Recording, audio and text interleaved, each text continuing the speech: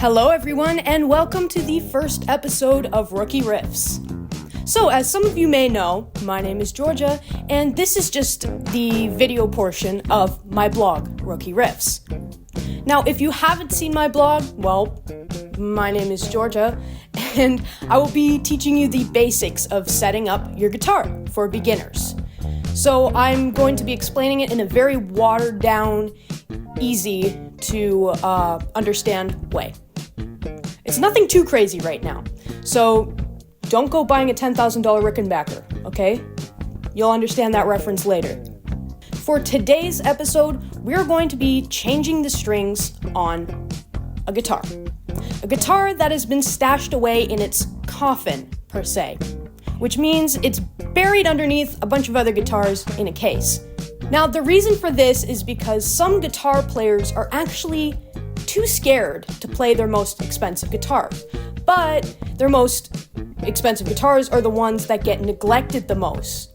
So it's about time we give a little love and care to this Gibson Les Paul Studio Light from 1991 in Tobacco Burst. Now, there's a lot more to changing the strings on your guitar than you may think.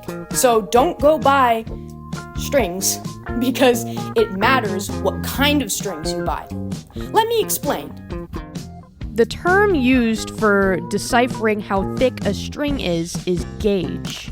Generally, the thinner the string, the easier it is to play. Instead of thick and thin, we use the terms heavy and light. So while they are measured in decimals, we often refer to them just by the number, just to make it easier. Now, strings can range from 8 gauge to 13 gauge, 8 being the lightest and 13 being the heaviest. So right now we have a set of 9s we're going to be putting on this Gibson Les Paul today. It's also important to keep in mind that the gauge of strings is usually determined by the high E string. For the strings that we're using, the high E string is a 9.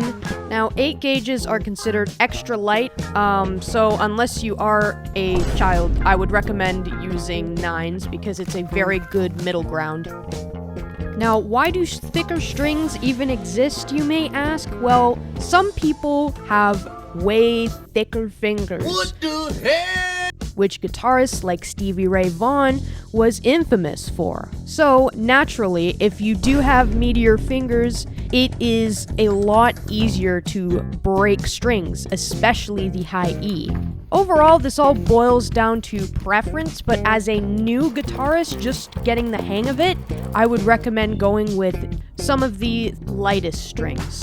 Anywho, enough with the boring part. Let's get to the meat and potatoes of this thing. First, we gotta take this beauty out of its case. Now, this thing is from the 90s, and there is a code lock on it.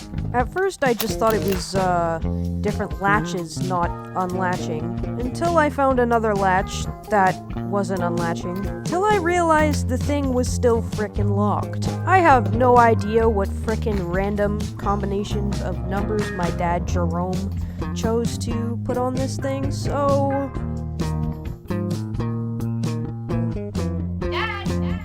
but let's just say it took him a while too. A few moments later. 1 hour later. The next day. I'm not exactly sure what jogged his memory, but he eventually got it. And now it's time for the big reveal. It still smells like new guitar for how long it's been sitting in the case for. Now, while this is a Gibson, it's not one of the higher end models. It's only worth about $1,300. Because it is a studio light, that means it is a lot lighter. It's chambered out, and there's no binding on the edges. Nonetheless, it is one very attractive and good guitar. So, first off, what you'll need is a string winder. You can get these at any music store for like $2. And these are essential. I'm not exactly gonna give you a choice on this one. Your life will be a literal living nightmare without it, and you will see shortly. While you're at the music store, you're also going to want to pick up some lemon oil and some guitar polish. And I'll teach you how to use these in a few. You're also going to need a soft cloth and wire clippers, but I forgot to show these. So this piece here is called the bridge, and this is where the strings are threaded through from. Then they must sit on a saddle, which is this piece right here. There's a little groove where the string must sit in order for it to be the correct height. Then it's brought up all the way down the neck and through the nut, which is like the saddle, but at the top, which just basically keeps it in place with a little groove. And where we're going to be winding the string is called the tuning peg. Now, this saddle piece is so important because this is where the height of the string, aka the action, is adjusted. On some models of guitars, you can individually raise each saddle for each string. But on a Les Paul, however, there are 2 screws where you raise the entire thing. Now, action is a very tricky subject that we will probably be getting in the later chapters. But if these strings aren't redonkulously high or redonkulously low off the fretboard, you should be alright and you shouldn't have to worry about that in this very moment.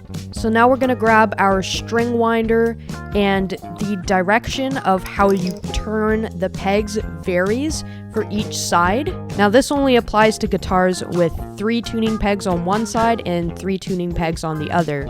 So for this left side of tuning pegs, we are going to be turning it clockwise. So for each post, you're going to turn it clockwise until it is fully loosened and you can get the string out of the little hole.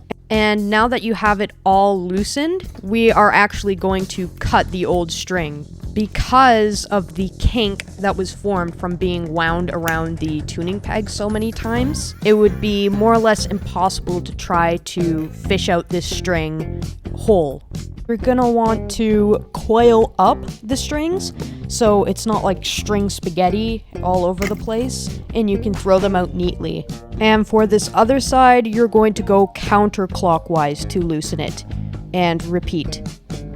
Now, if you are indeed changing the strings on your Les Paul as well, you will notice that the bridge just completely falls off when you remove the last string. This means you freaking broke your dad's most expensive guitar! What have you done? Just kidding. The bridge is held on by the tension of the strings and naturally falls off when you release the tension of the strings and take them off. No big deal though. Just realign it with the screws and you'll be Gucci. Now, looking at the fretboard, this is not the most disgusting, grungiest fretboard I've ever seen in my life, but it's still relatively dirty. So let's give it a clean with some lemon oil. So the lemon oil has a little pad on it that you just rub onto each fret and wipe it off with a cloth, and it actually hydrates whatever wood that's being used for the fretboard. And it also cleans all the crap off there.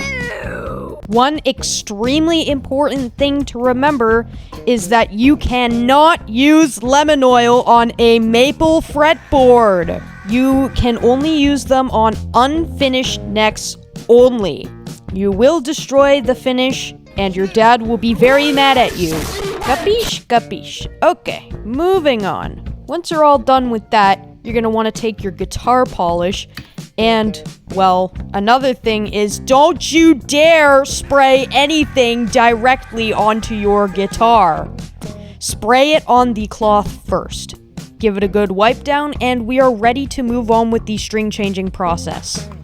So we're gonna open on up this package of strings. Each string is individually packaged, and we're going to start with the heaviest string on the bottom left peg. So the strings always go heaviest, which is the larger number, to lightest, which is the smallest number. So what we're gonna want to do here is thread it through the bridge and making sure that the bridge doesn't fall off of the screws. So you should use both hands for this and catch it in the little groove on the saddle. Then run it all the way up to the nut, but don't just wind it around the peg. You need something called slack. So generally, we will determine this slack by bending the string 1.5 posts down.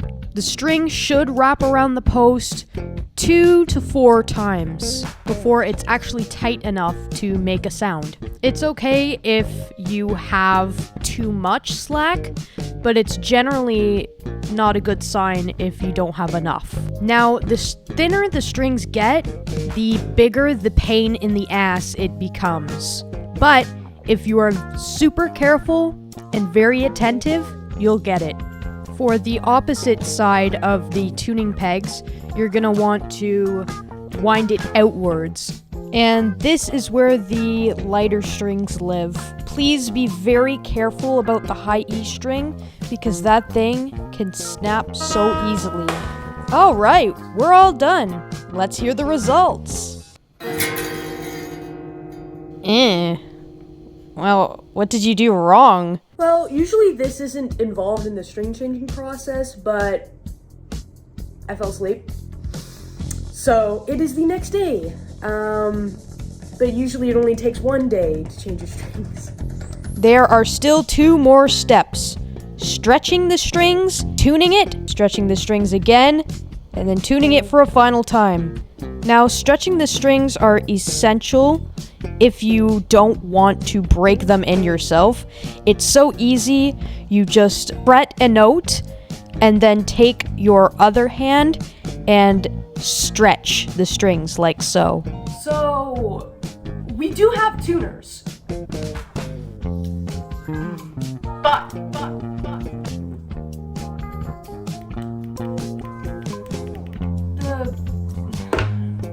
The batteries run out.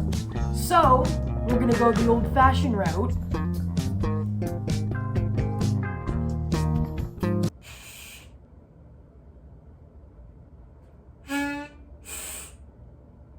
Shut your fucking mouth!